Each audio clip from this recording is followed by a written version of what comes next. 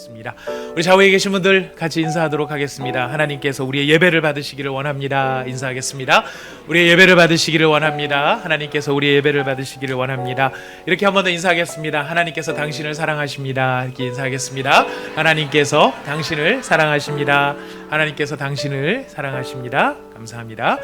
우리를 사랑하시는 하나님께서 오늘 우리에게 주시는 하나님의 말씀을 저희가 함께 봉독하겠습니다. 창세기 29장에 있는 말씀입니다. 성경, 구약성경 창세기 29장 31절 말씀부터 35절 말씀까지입니다. 창세기 29장 31절부터 35절까지의 말씀을 다 찾으셨으면 저와 여러분이 한 절씩 이 말씀을 나누어 읽도록 하겠습니다. 우리가 함께 읽는 이 말씀은 지금도 살아계신 하나님의 말씀입니다. 아멘. 제가 31절을 먼저 읽습니다. 여호와께서 레아가 사랑받지 못함을 보시고 그의 태를 여셨으나 라헬은 자녀가 없었더라. 레아가 임신하여 아들을 낳고 그 이름을 르우벤이라 하여 이르되 여호와께서 나의 괴로움을 돌보셨으니 이제는 내 남편이 나를 사랑하리로다 하였더라. 그가 다시 임신하여 아들을 낳고 이르되 여호와께서 내가 사랑받지 못함을 들으셨으므로 내게 이 아들도 주셨도다 하고 그의 이름을 시므온이라 하였으며 그가 또 임신하여 아들을 낳고 이르되 내가 그에게 새 아들을 낳았으니 내 남편이 지금부터 나와 연합하리로다 하고 그의 이름을 레위라 하였으며 35절을 같이 읽겠습니다. 그가 또 임신하여 아들을 낳고 이르되 내가 이제는 여호와를 찬송하리로다 하고 이로 말미암아 그가 그의 이름을 유다라 하였고 그의 출산이 멈추었더라. 아멘. 저희가 하나님의 임재라고 하는 큰 주제를 가지고서 말씀을 계속해서 생각해 오고 있습니다. 오늘과 다음 시간까지 이 주제를 가지고 말씀을 저희가 더 듣고 이제 2주 정도 더 말씀을 나누고 이제 하나님의 임재라는 주제에 대해서는 저희가 조금 정리를 하려고 합니다. 이제 하나님의 임재와 관련해서 우리가 기억해야 될 중요한 내용을 오늘 저희가 정리하려고 하는데요. 오늘 저희가 읽은 이 본문 말씀, 이 본문 말씀을 기초로 해서 우리 하나님께서 우리 하나님의 백성들과 연합하기를 원하시는 하나님이신 것을 우리가 듣고 그 하나님의 은혜를 누리기를 원합니다. 여러분, 여기 레위라는 사람이 등장을 했는데요. 이 레위라는 사람의 이름하고 이름을 따라서 지은 성경책이 하나 있죠. 여러분 잘 아시는 레위기가 있습니다. 레위기는 왜 하필 레위기일까요? 제가 이 질문을 해놓고 제 스스로가 피식 웃었습니다. 레위기니까 레위기지라고. 레위기가 왜 레위기겠는가? 그냥 레위기니까 레위기겠다 이렇게 생각이 들었습니다. 질문을 좀 바꿔보았습니다. 구약의 세 번째 책 이름을 왜 레위기라고 지었을까? 왜 하필 레위기라고 부를까? 라고 질문을 던져보았습니다. 레위기라고 부르는 이유는 아마 그 안에 제사장들이 제사를 어떻게 잘 드려야 하는지, 그리고 제사장들이 해야 될 일은 제사를 잘 드리는 것과 함께 또 한 가지 중요한 일이 있는데요. 그건 무엇이냐면 하나님의 백성들에게 하나님의 말씀을 가르쳐야 될 책임이 누구한테 있냐면 제사장에게 있었어요. 그래서 이 뒷부분에 보면, 레위기 뒤에 보면은 일상의 이스라엘 백성들의 삶 속에서 어떻게 하나님이 기뻐하시는 삶을 살 수 있는지에 대한 이야기가 나옵니다. 그렇기 때문에 이 제사장들이 제사를 잘 지내고 하나님의 백성들을 잘 가르치도록 하기 위해서 제사장들을 위한 책이니까 레위기겠다, 이렇게들 생각할 수 있습니다. 왜냐하면 이 제사장들은 어느 지파 출신이냐면은 레위 지파 출신들이 다 제사장을 하고 있기 때문에 그렇습니다. 맞습니다. 제사장들이 레위 지파에서 나온 것도 맞고 제사장들이 제사도 잘 지내고 가르치기도 잘 가르쳐야 되는 것은 사실이지만, 그렇다고 해서 레위기가 제사장들만을 위한 책은 아니다라는 것입니다. 왜냐하면 레위기가 처음 시작할 때부터 앞에 나오는 성경들은 제가 그냥 읽어드릴게요. 왜냐하면 우리 뒤에 가면 성경을 오늘 조금 여러 개를 찾아야 되기 때문에 앞에는 그냥 제가 읽어드리도록 하겠습니다. 레위기 1장 1절과 1장 2절에 보면은 하나님께서 이렇게 말씀하십니다. 이스라엘 자손에게 말하여 이르라, 이렇게 얘기하십니다. 또 레위기의 제일 마지막 절이 27장 34절인데요. 거기에 보면 여호와께서 시내산에서 이스라엘 자손을 위하여 모세에게 명령하신 계명이다, 이렇게 나옵니다. 그러니까 레위기의 처음이나 레위기의 마지막에나 다 누가 이 말씀을 읽어야 된다고 되어 있느냐면은 이스라엘 자손들이 읽어야 된다라고 되어 있습니다. 제사장들만을 위한 책이 아니라 이스라엘 모든 자손들을 위한 책입니다. 이렇게 이스라엘 모든 자손들이 읽어야 될 이 레위기는 무엇과 관련되어져서 레위기가 중요하냐면 시내산 언약이라고 하는 것과 관련해서 레위기가 굉장히 중요합니다. 이 시내산 언약은 이 레위기 바로 앞에 있는 출애굽기에 지금 써놓은 책인 언약인데요. 우리가 보통 구약 성경 이렇게 얘기하죠. 구약이라 할 때 왜 구약이라고 할까요? 한의원에서 지어 먹는 게 구약, 동네 약국에서 지어 먹는 게 신약. 이렇게 구분을 하시는 분들도 아멘. 네. 너무 옛날 이야기인가요? 우리가 구약이라고 하는 그 구약할 때 그 구약은 옛날 약속이다라는 뜻입니다. 근데 그 옛날 약속이 뭐를 보고 옛날 약속이라고 하느냐면 바로 출애굽기에 나와 있는 이 시내산에서 체결한 언약, 시내산 언약, 이 약속을 근거로 해서 쓰여진 모든 성경이 구약 성경이 되는 것입니다. 그런 구약이라고 하는 옛날 약속, 시내산 언약, 이 시내산 언약이 어떤 언약이냐면 출애굽기에 이렇게 나옵니다. 19장 5절 6절에 세계가 다 내게 속하였나니 너희가 내 말을 잘 듣고 내 언약을 지키면 너희는 모든 민족 중에서 내 소유가 되겠고 너희가 내게 대하여 제사장 나라가 되며 거룩한 백성이 되리라. 너는 이 말을 이스라엘 자손에게 전할지니라.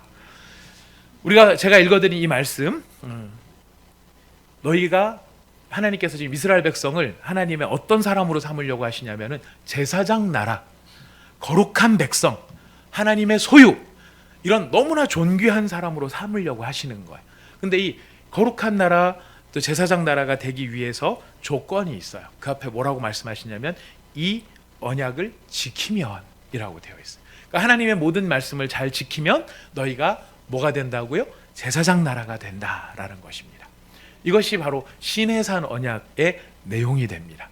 하나님께서 이집트에서 노예 생활하는 노예들, 종들을 불러다가 하나님 나라의 제사장, 거룩한 백성이 되게 하시기 위한 것이 하나님의 언약인데, 그러면은 어떤 명령을 주셨느냐 그랬을 때 언약의 내용으로서 하나님이 주신 것이 십계명, 율법, 이런 것이 하나님께서 이걸 지켜라 라고 주신 것입니다. 그리고 하나님께서 너희가 내 소유다, 내가 너희와 함께 한다, 내가 너희와 이렇게 함께 하기를 원한다. 그래서 이스라엘 백성들에게 거하시기를 원합니다. 거기 머물기를 원하십니다. 그래서 하나님이 이스라엘 백성들에게 머무시기 위해서 만든 게 뭐냐면 성막이라고 하는 것을 만드세요. 그 성막을 만들고 그 텐트 안에 언약궤를, 하나님의 약속의 말씀을 담은 언약궤를 놓고 그 언약궤가 머물러 있는 성막이 하나님이 머무시는, 이스라엘 백성들에게 머무시는 장소가 되었던 것입니다. 그런데 하나님께서 그냥 계속해서 그 장소에 머무시는 것이 아니라 하나님께서 이스라엘 백성들 가운데 지속적으로 머무시기 위해서는 이스라엘 백성들한테 조건이 필요했습니다.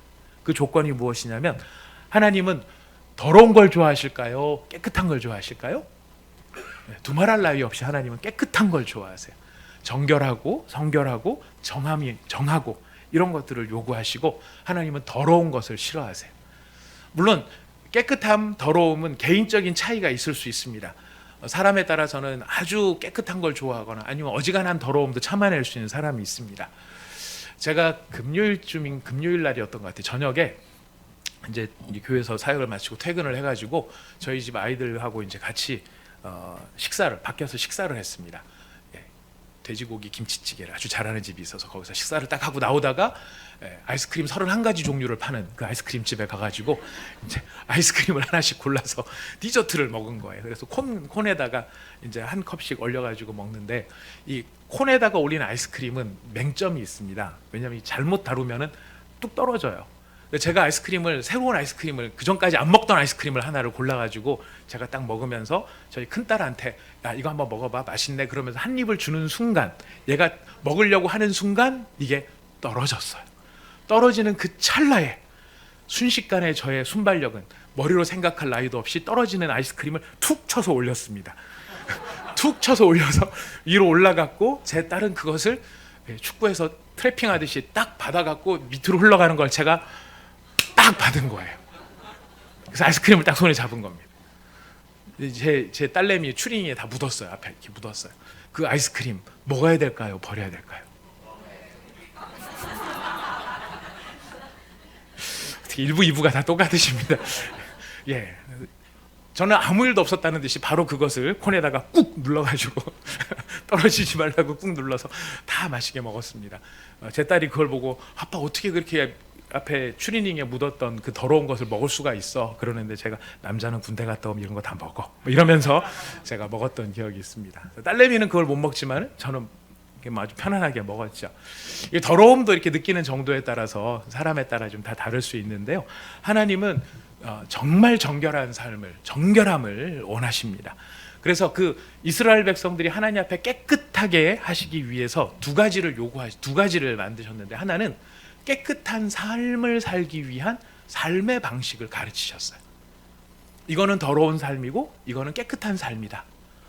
이렇게 하나님께서 더러운 것과 부정한 것을 나누시면서 깨끗한 삶을 살도록 만드셨고요. 하나님의 깨끗함은 이 레위기를 읽어보면은 삶의 모든 국면에 적용이 됩니다. 심지어 벽지 같은데 곰팡이가 나고 막 이렇게 되면은 하나님께서 그건 부정하다라고 말씀을 하세요. 그래서 그걸 다 닦아내고 또 이 나중에 또 들어가서 깨끗해지면 살게 하고, 그 다음에 이 난간, 지붕의 난간 같은 지붕 옥상 같은데 난간을 반드시 만들도록 해놓으셨어요. 왜 그러냐면 실수로 사람이 떨어져서 죽지 않도록. 왜냐하면 그런 일이 벌어지면 그것은 여호와 앞에 더러운 것이 되기 때문에 그런 거죠. 그래서 하나님께서 깨끗한 걸 좋아하신 하나님께서 이스라엘 백성들이 깨끗하게 살도록 그런 정결한 삶을 얘기를 하셨고, 그렇게 깨끗한 삶을 요구하셨지만 사람들이 또 그렇게 다 못 살잖아요. 더러운 삶을 살았을 때 그러면 어떻게 그 더러움을 씻어낼 수 있는가, 깨끗하게 할 수 있는가? 그것이 바로 정결을 위한 제사의 방식, 제사 제도를 하나님이 만들어 놓으셨던 것입니다.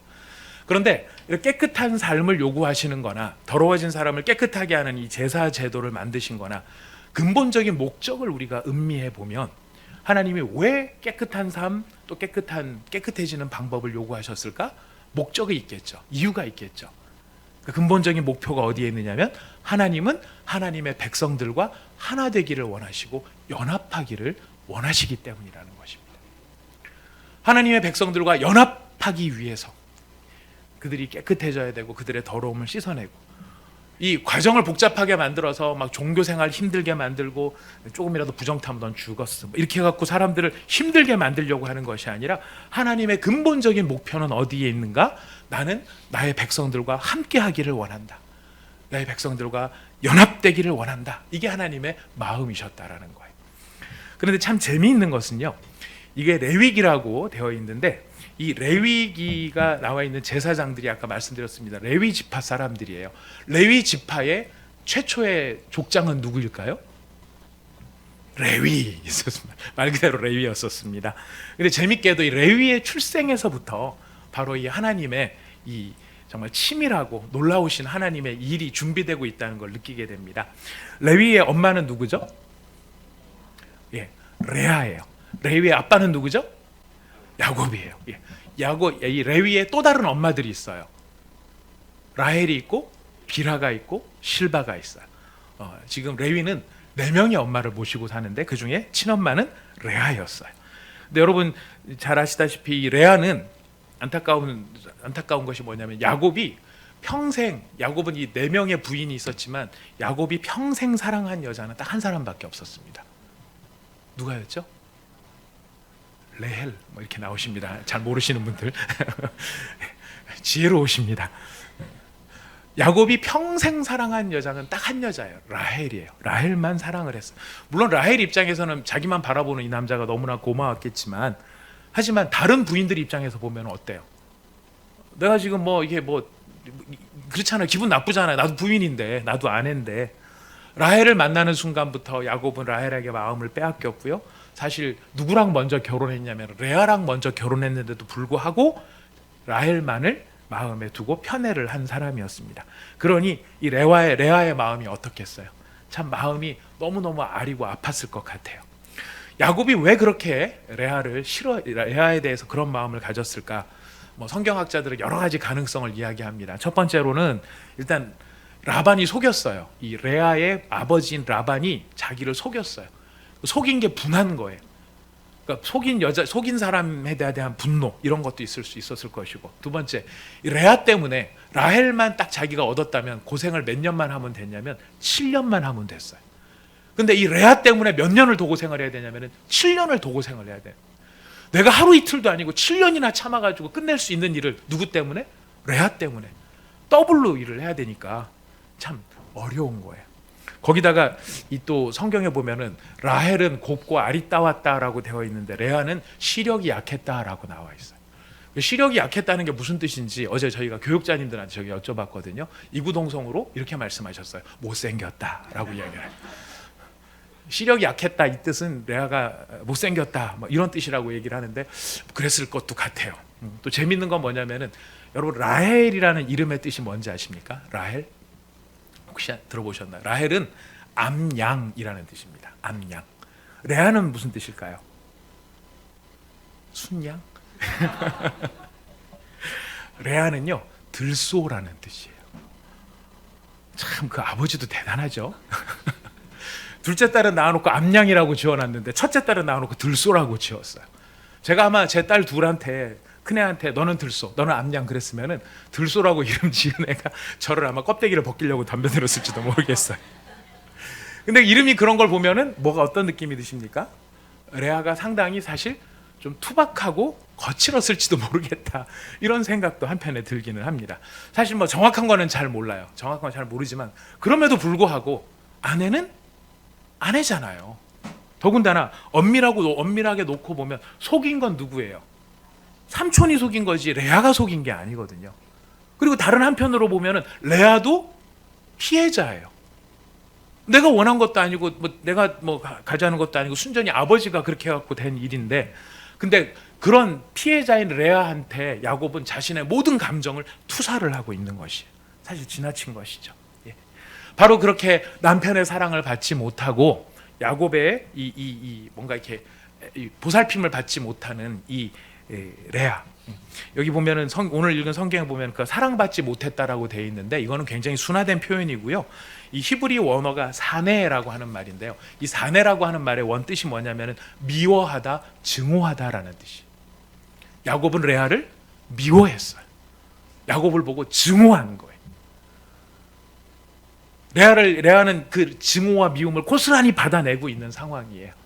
자, 이런 안타까운 상황에 누가 이 레아를 긍휼히 여기시냐면은 하나님께서 레아를 긍휼히 여겨주고 계셨다는 것입니다.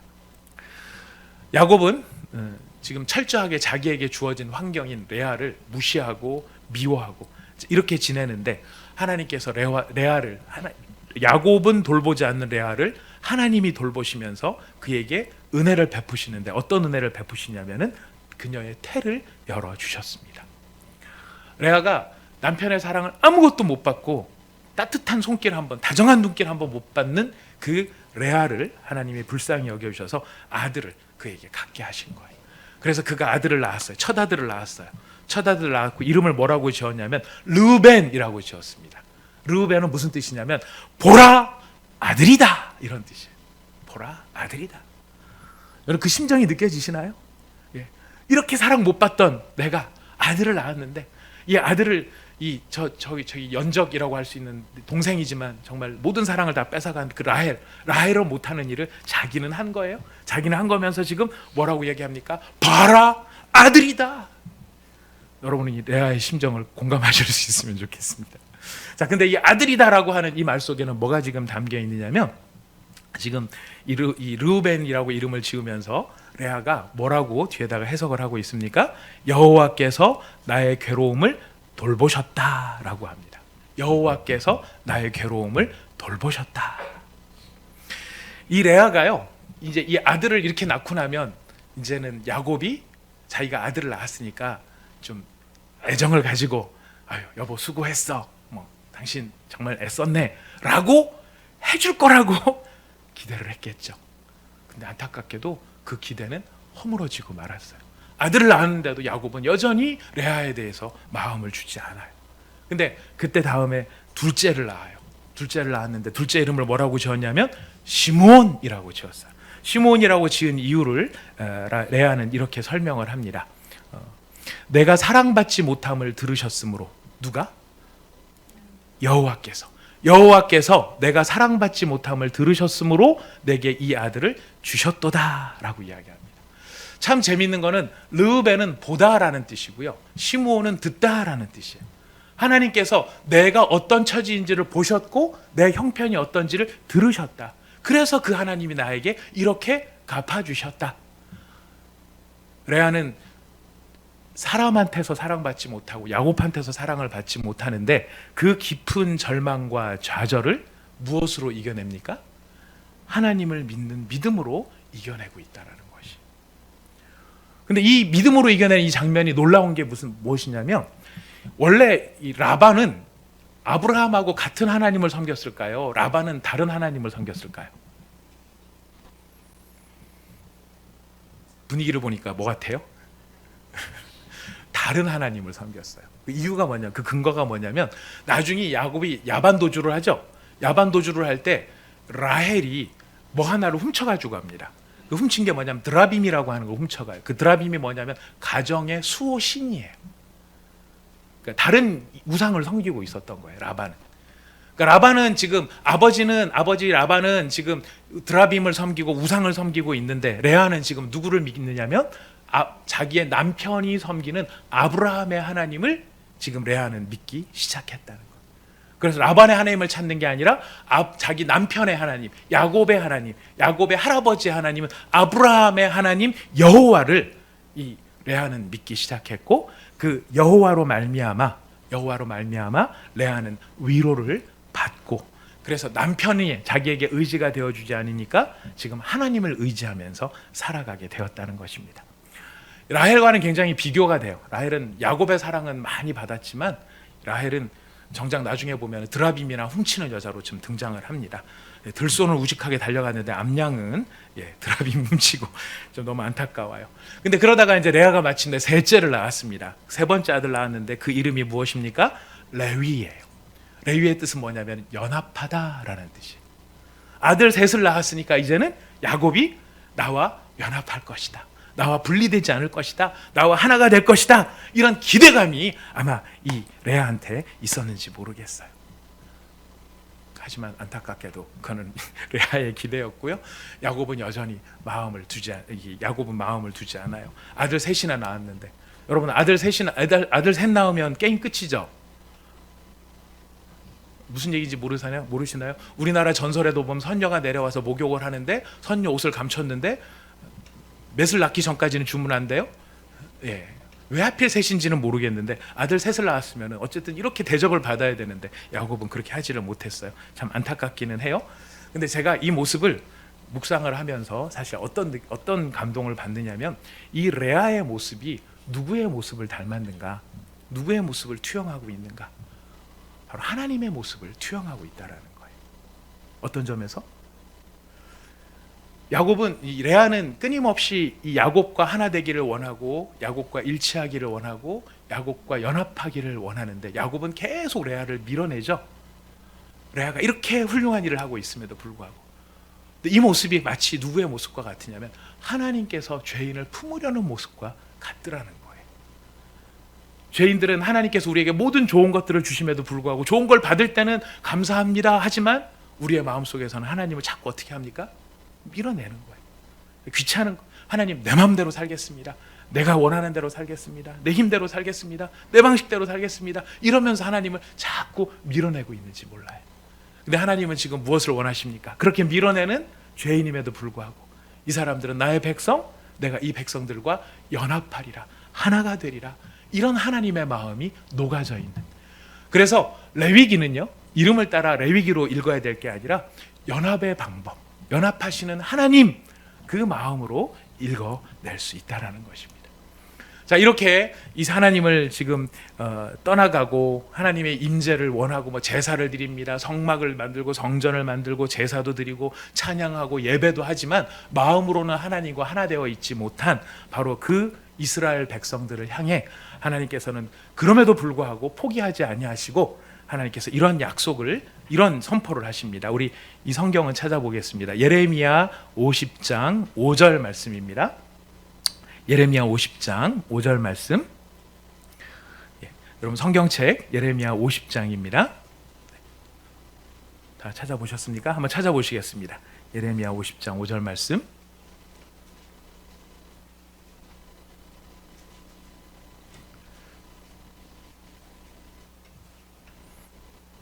다 찾으셨으면 같이 읽어보겠습니다. 시작. 그들이 그 얼굴을 시온으로 향하여 그 길을 물으며 말하기를 너희는 오라 잊을 수 없는 영원한 언약으로 여호와와 연합하라 하리라. 하나님께서 지금 뭐라고 예레미야를 통해서 포로로 잡혀가는 예레미야를 통해서 뭐라고 말씀하시냐면 이제 어느 날이 올 텐데 그 날이 오면은 잊을 수 없는 영원한 언약으로 여호와와 연합하게 되는 그 날이 올 것이라고 이야기를 합니다. 바로 그런 새로운 연합의 시대, 그 새로운 연합의 시대. 우리는 어디를 살아가고 있냐? 바로 그 새로운 연합의 시대를 살아가요. 그래서 새로운 약속을 따라 하나님과 연합하기 때문에 오늘 우리가 살아가는 시대를 뭐라고 하냐면 신약 시대라고 이야기를 합니다. 자, 신약 시대에 살아가는 사람들은 어떻게 하나님과 연합을 하게 되는 것일까요? 그것은 하나님께 속한 사람은 예수 그리스도를 믿음으로 구원을 받게 되는데, 여러분 구원받는다는 뜻이 무슨 뜻인지 아십니까? 구원받았다. 여러분 구원받은 백성들이시잖아요. 구원받아서 천국 간다 이것도 있는데 천국이 왜 중요할까요? 죄를 용서받고 정결하게 되고, 그래서 어떻게 되는 걸까요? 하나님과 연합하게 되는 거예요. 하나님과 하나가 되는 거예요. 자, 우리 오늘 지금부터 성경을 좀 몇 번 찾아보겠습니다. 신약 성경 로마서 10장 9절 말씀 10절 말씀입니다. 신약 성경 로마서 10장 9절 말씀 10절 말씀.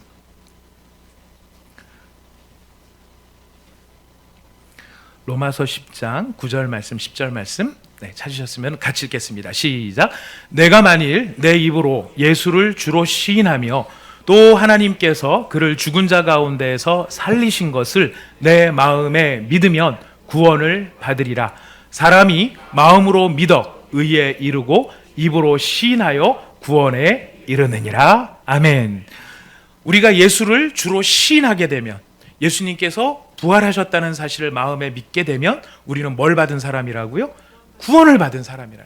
이 구원받은 사람이 이제 로마서 6장으로 갑니다. 앞으로 조금만 한 두세 장만 넘어오실래요? 로마서 6장 3절 4절 5절 말씀입니다.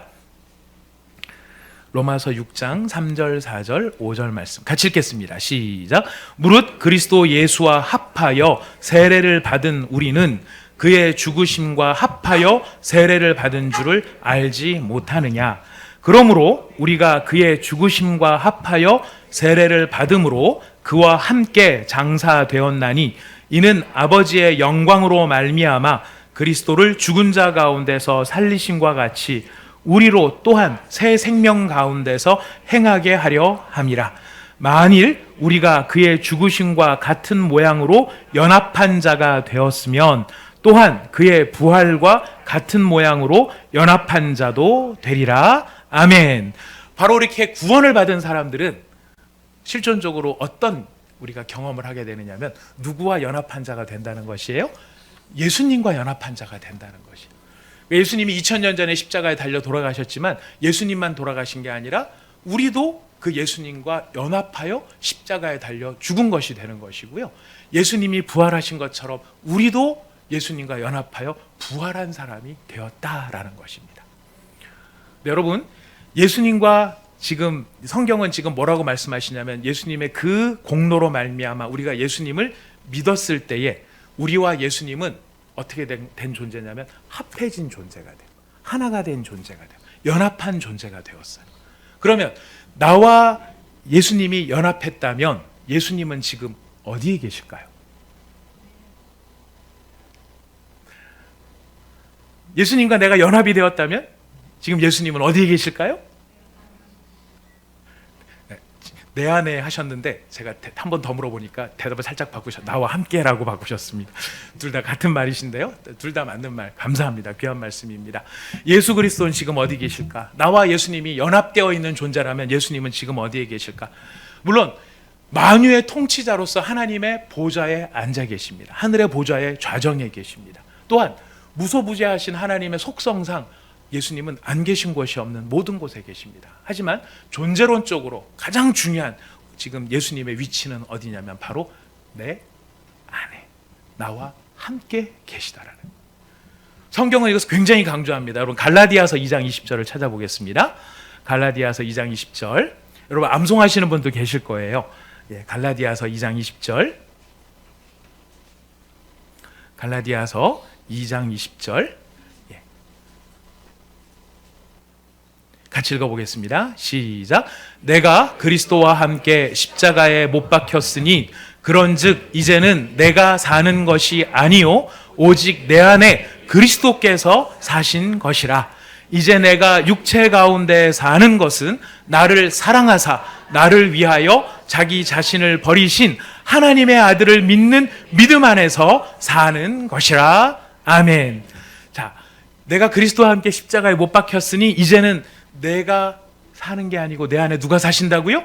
그리스도께서 사신다는 것이. 내 안에 누가 사신다고요? 그리스도께서.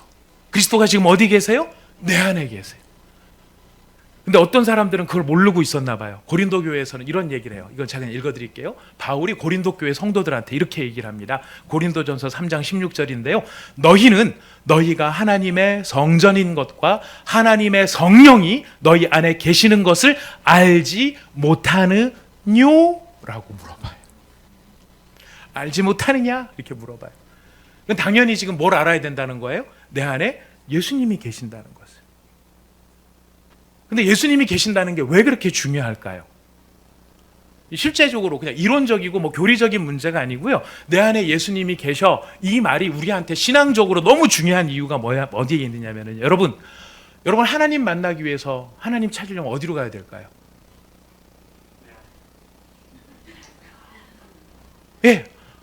여러분 하나님 찾으려면 어디로 가셔야 돼요? 저기 어디 그 기도원? 저기 어디 뭐 큰 좀 어디 좀 영빨이 있는 누구? 이런 데로 가야 될까요? 아니요. 예수는 지금 어디 계세요? 내 안에 계시는 거예요. 내 안에. 우리는 예수님을 찾기 위해서 특정한 어떤 장소를 가야 되거나 특정한 누구를 만나야 되는 게 아니에요. 예수를 내 삶의 구주로 모셨다면 그 예수님은 이제 내 안에 계시다라는 것이에요. 우리의 신앙이 자라난다는 건 무슨 뜻이냐면요. 예수님은 이미 내 안에 계셔요. 내가 예수님을 내 삶의 주인으로 모셔드리는 순간부터 내 안에 계시는데 내 안에 계시는 예수님이 어떤 분인지를 더 알아가고 그 예수님과 관계를 더 키워가고 그 예수님이 이런 분이구나 하는 것을 깨달아가고 그래서 그 예수님을 의지하고 그렇게 의지하는 예수님이 실제로 내 삶 속에서 이렇게 나와 함께 하신다는 것을 경험하는 내용이 쌓이는 것이 신앙의 성장입니다. 그 신앙이 성장할수록 우리가 예수님을 더 깊이 알아가기 때문에 우리가 예수님께 더 많은 것을 의지하고 예수님 앞에 우리가 예수님과의 깊은 은혜의 교제, 하나님이 터치하시는 교제들을 우리가 느끼게 된다라는 거예요. 제가 어제 이건 끝날 때 얘기를 했었는데 지금 제가 미리 말씀을 드리면 어제 제가 설교를 준비하면서 이제 이렇게 대지를 막 쌓고 여기 말씀을 하는데 어떤 내용을 제가 어디서 받고 그 책 안에 있는데 그거를 여기다 좀 잘 정돈해서 넣어야 될 것 같아요. 막 책을 찾았어요. 제 방에서 막 책을 찾는데 10분간 책을 찾았는데 어디 있는지 안 보이는 거예요. 그 책이. 얼마나 속상하겠어요. 시간은 가고 빨리 끝내놓고 아이스크림도 또 한 번 더 먹어야 되겠는데 이 책은 안 보이고 그래서 막 찾다가 제가 이제 마음에 어떻게 했냐면은 내 안에 계신 예수님, 제가 지금 내일 설교를 위해서 책을 찾아야 되는데 이 책이 안 보입니다. 도대체 이 책이 어디 간 걸까요? 제가 자주 보는 책인데 어디 간 걸까요? 그랬는데 놀랍게도요. 제가 이게 그런 마음의 생각을 하고 갑자기 제 손이 이렇게 쭉 나가더니 제 앞에 있는 병이 하나 있었거든요. 병을 하나를 딱 옮기니까 그 뒤에 바로 그 책이 있는 거예요. 그 우연일까요? 하나님이 도우신 걸까요? 믿음으로 보면 하나님이 도우신 거예요. 왜냐하면 제가 그 병을 옮겨야지라고 하는 의지를 갖고 있거나 이 병 뒤에 책이 있겠다 이런 생각을 하지도 못하고 그냥 마음속으로 하나님 이 책이 어디 있을까요? 빨리 해야 되는데요 하는데 그 병을 어떻게 내가 왜 옮길 생각을 했는지도 모르는 그 상황에 병을 옮기고 그 뒤에 책이 딱 발견되는 순간 즉각적으로 응답하시는 이 놀라우신 하나님. 지금 어디 계세요? 그 하나님이 내 안에 계시는 거예요. 내 안에 계시는 거예요. 내 안에 계신 그 하나님, 예수님이 왜 그럼 그렇게도 중요한가? 내 안에 계신 예수님이 어떤 분이신가를 우리가 알게 되잖아요. 그러면 그분이 내게서, 내 안에서 무슨 일을 하실 수 있는지를 우리가 누리게 돼요. 예수님은 어떤 일을 하시냐면 우리 5개를 우리가 찾아봅니다. 성경에 5책을 찾아볼 테니까요. 우리 한번 잘 찾아봅시다. 다 신약 성경에 있습니다. 먼저 골로새서 2장 1절에서 3절까지입니다. 골로새서 2장 1절에서 3절 말씀.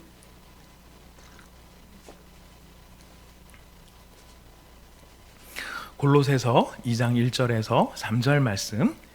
같이 읽어보겠습니다. 골로새서 2장 1절에서 3절 시작.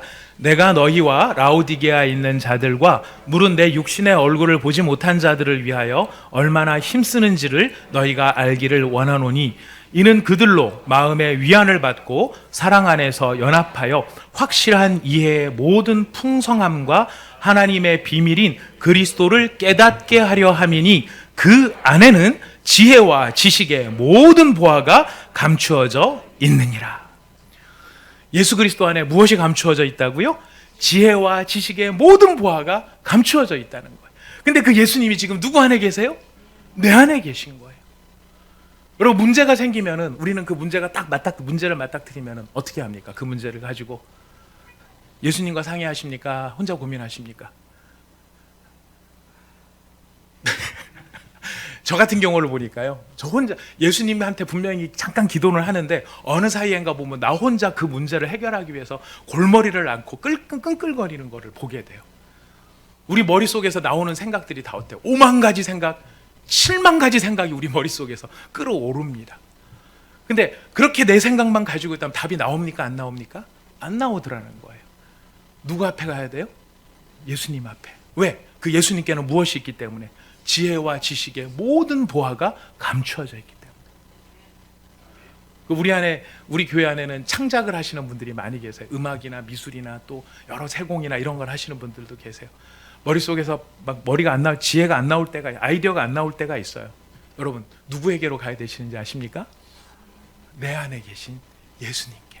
왜? 그 예수님 안에는 뭐가 있기 때문에요? 지혜와 지식의 모든 보화가 예수님 안에 있기 때문에. 두 번째로 빌립보서 4장 19절입니다. 빌립보서 4장 19절입니다. 빌립보서 4장 19절 같이 읽어보겠습니다. 빌립보서 4장 19절 시작. 나의 하나님이 그리스도 예수 안에서 영광 가운데 그 풍성한 대로 너희 모든 쓸 것을 채우시리라. 아멘. 우리의 그 영광 가운데 그 풍성한 대로 우리 모든 쓸 것을 채우시는데 누구 안에서요? 예수 안에서. 그 예수님이 지금 누구 안에 계세요? 내 안에 계신 거예요. 내 안에 계신 거예요. 우리가 어디로 가야 됩니까? 내 안에 계신 예수님 앞으로 가는 거예요. 우리 또 찾아봅니다. 에베소서 1장 3절입니다. 빌립보서 앞에 있습니다. 에베소, 빌립보, 골로새 세 군 차례네요. 네, 에베소서입니다. 에베소서 1장 3절 같이 읽겠습니다. 시작. 찬송하리로다 하나님 곧 우리 주 예수 그리스도의 아버지께서 그리스도 안에서 하늘에 속한 모든 신령한 복을 우리에게 주시되. 자, 하늘에 속한 모든 신령한 복을 우리에게 주세요. 하나님께서 복을 주시는데, 신령한 복을 주시는데 몇 개의 복을 주시는 게 아니라 모든 복을 주세요. 모든 복을. 그런데 누구 안에서? 그리스도 안에서. 그리스도 안에서. 우리에게 쏟아지는 하나님의 모든 복은 그리스도 안에서 우리에게 주어지는 것이. 그리스도 안에서 주어지시는데, 여러분 야고보서 1장 17절 같이 찾아봅니다. 얘는 저 뒤로 더 넘어가야 돼요. 야고보서 1장 17절.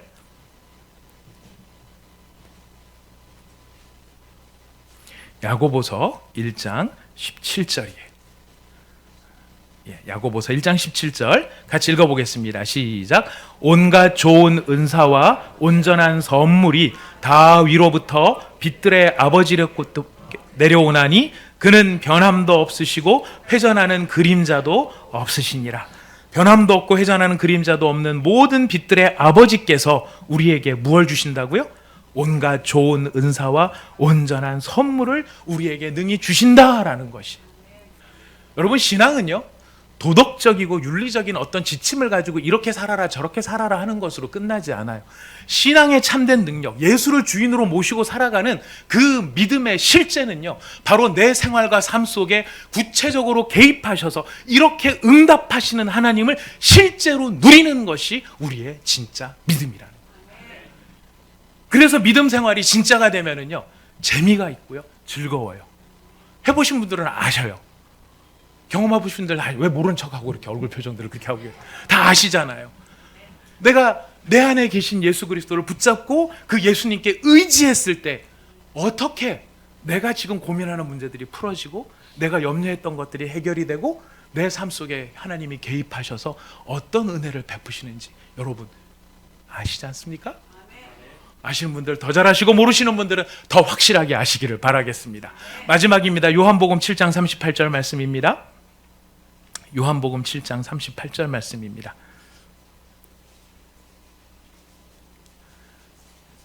요한복음 7장 38절 말씀. 자, 요한복음 7장 38절 다 찾으셨으면 함께 읽어보겠습니다. 시작.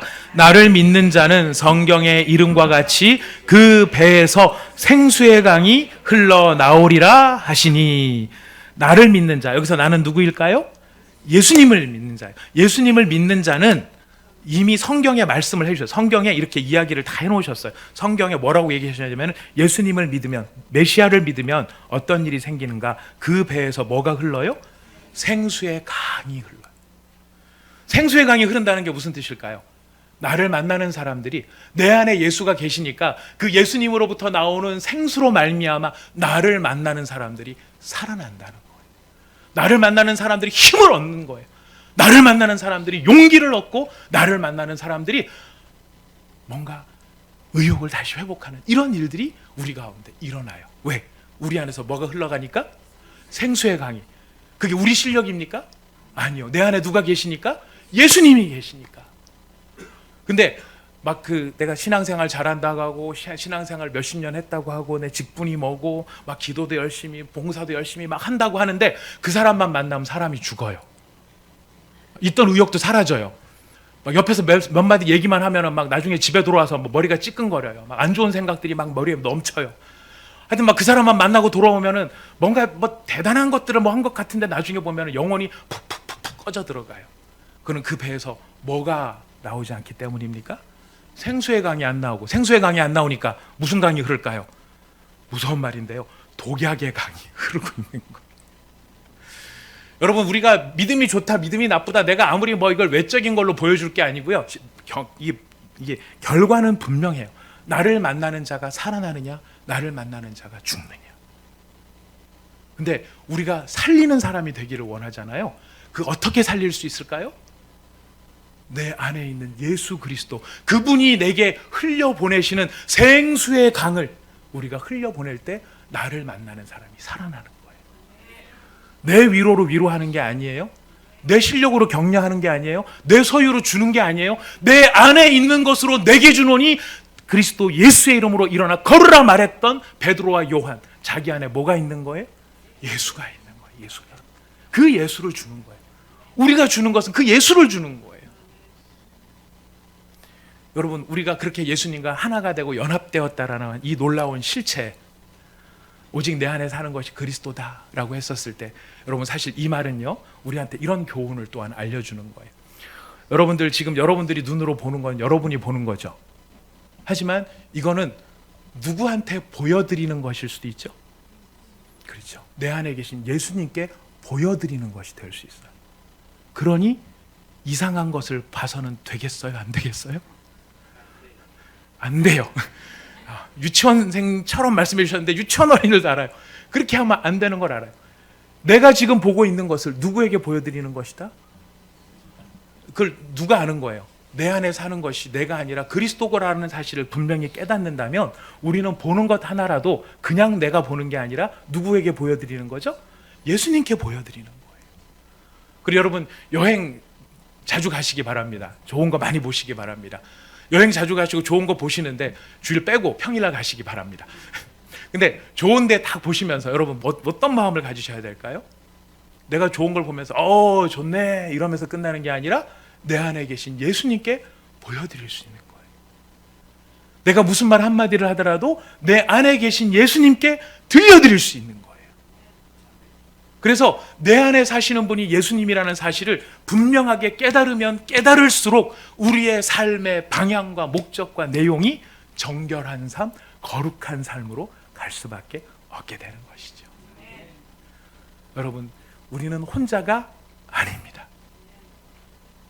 모든 상황 속에서 나는 혼자가 아니에요.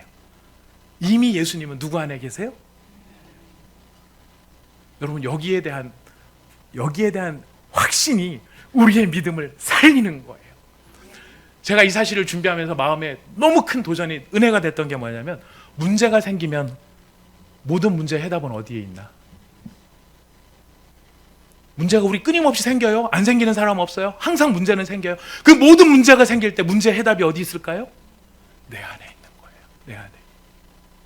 이미 내 안에 있는 거예요. 왜요? 내 안에 누가 계시니까? 예수가 계시니까. 이것이 우리 성도의 능력이고 우리 성도의 힘이고 우리 성도의 권세인 거예요. 모든 문제가 왔을 때 문제 앞에 떨쩔매고 두려워하는 게 아니라 이 문제의 해답은 어디에 있다? 내 안에 있다. 내 안에 누가 계시기 때문에? 예수가 계시니까. 여러분, 여러분의 기도가 좀 더 선명해지기를 바랍니다. 우리의 기도가 좀 더 분명해지기를 바랍니다.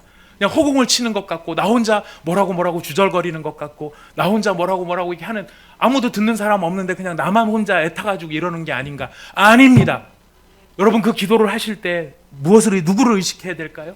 이미 내 안에 계신 예수 그리스도, 이 모든 상황을 보고 계시는 예수 그리스도, 이 모든 문제에 대한 해답을 가지고 계시는 예수 그리스도, 그분을 의식하고 그분 하나님 예수님 앞에 나가서 우리가 기도할 때 예수님께서 약속하신 대로 우리에게 좋은 것을 기꺼이 주시고 우리의 앞길을 분명하게 열어주시고 우리의 모든 쓸 것들을 채워주시고 하늘에 속한 모든 신령한 복을 우리에게 주시기를 기뻐하실 뿐만 아니라, 그 예수가 내 안에 계시기 때문에 내게서는 생수의 강이 흘러갈 수 있는 믿음의 실체, 믿음의 실력, 바로 그것이 저의 이야기고 여러분의 이야기고 우리의 이야기인 줄 믿습니다. 우리 가정이 살리는 생수의 가정이 되기를 원합니다. 우리 교회가 살려내는 생수의 교회가 되기를 원합니다. 우리 모두가 서로에게 이와 같은 은혜의 강물을 흘림으로 우리를 만나는 사람들이 우리 때문에 살아날 수 있는, 우리 안에 계신 누구 때문에? 정확히는 예수님 때문에. 자, 우리 옆에 있는 분들에게 이렇게 인사합시다. 이렇게 다짐합시다. 내 안에 예수님이 계십니다. 예. 맞받아서 이렇게 인사합시다. 당신 안에 예수님이 계십니다. 마지막으로 함께 이야기합니다. 어머 진짜! 같이 한번 이야기해 보겠습니다. 예, 너무 좋아서 그래요. 너무 좋아서 그래요. 제가 말씀을 준비하면서 사실 얼마나 신이 났는지 몰라요. 아, 그렇구나. 그렇구나. 모든 문제의 해답이 이미 내 안에 있었구나. 왜? 나는 누구와 연합한 분이기 때문에, 사람이니까 예수님과 연합한. 이것이 우리의 믿음의 참된 모습입니다. 이런 믿음이, 이런 진짜 믿음이 오늘 예배에 참여하신 여러분 모두에게 꼭 있으시기를 부탁드리겠습니다. 예, 우리 같이 기도하겠습니다. 하나님은 하나님의 백성들과 연합하기를 너무너무 기뻐하십니다. 사람들은 자꾸 밀어내고 세상의 욕심 때문에, 내 고집 때문에, 반항심 때문에, 자존심 때문에 괜히 하나님을 계속해서 밀어내고 싶어 하지만, 하나님은 이 레아의 모습처럼 레위라고 이름을 붙여주시면서 내가 연합하리라 이렇게 원하고 계십니다. 그 예수님 하나님께서 이제 신약을 맞은 우리에게는 예수님을 우리가 구주로 믿게 되면서 우리 안에 찾아오셨고 우리와 연합하셔서 우리와 하나가 되셨습니다. 나는 나로 살지만 내 안에 계신 예수님이 계시기 때문에 우리는 또한 그리스도와 일체되어진 모습으로, 하나 되어진 모습으로 우리가 살아가는 것입니다. 우리가 이 사실을 믿고 이 사실을 의지하여서 이 사실을 신뢰하면서 나와 연합해 계신 그 예수 그리스도, 그가 가지신 모든 무한한 자원과 풍성한 은혜, 이거를 나에게 기꺼이 주시기를 기뻐하시는 하나님이신 것을 우리가 인정하며, 주님, 제가 더 예수님 사랑하고 예수님 신뢰하기를 원합니다. 저에게 이런 믿음을 더하여 주시고 이런 깨달음을 더하여 주옵소서. 같이 한번 기도하도록 하시겠습니다. 다 함께 기도합시다. 하나님 아버지, 참으로 감사합니다. 오늘 이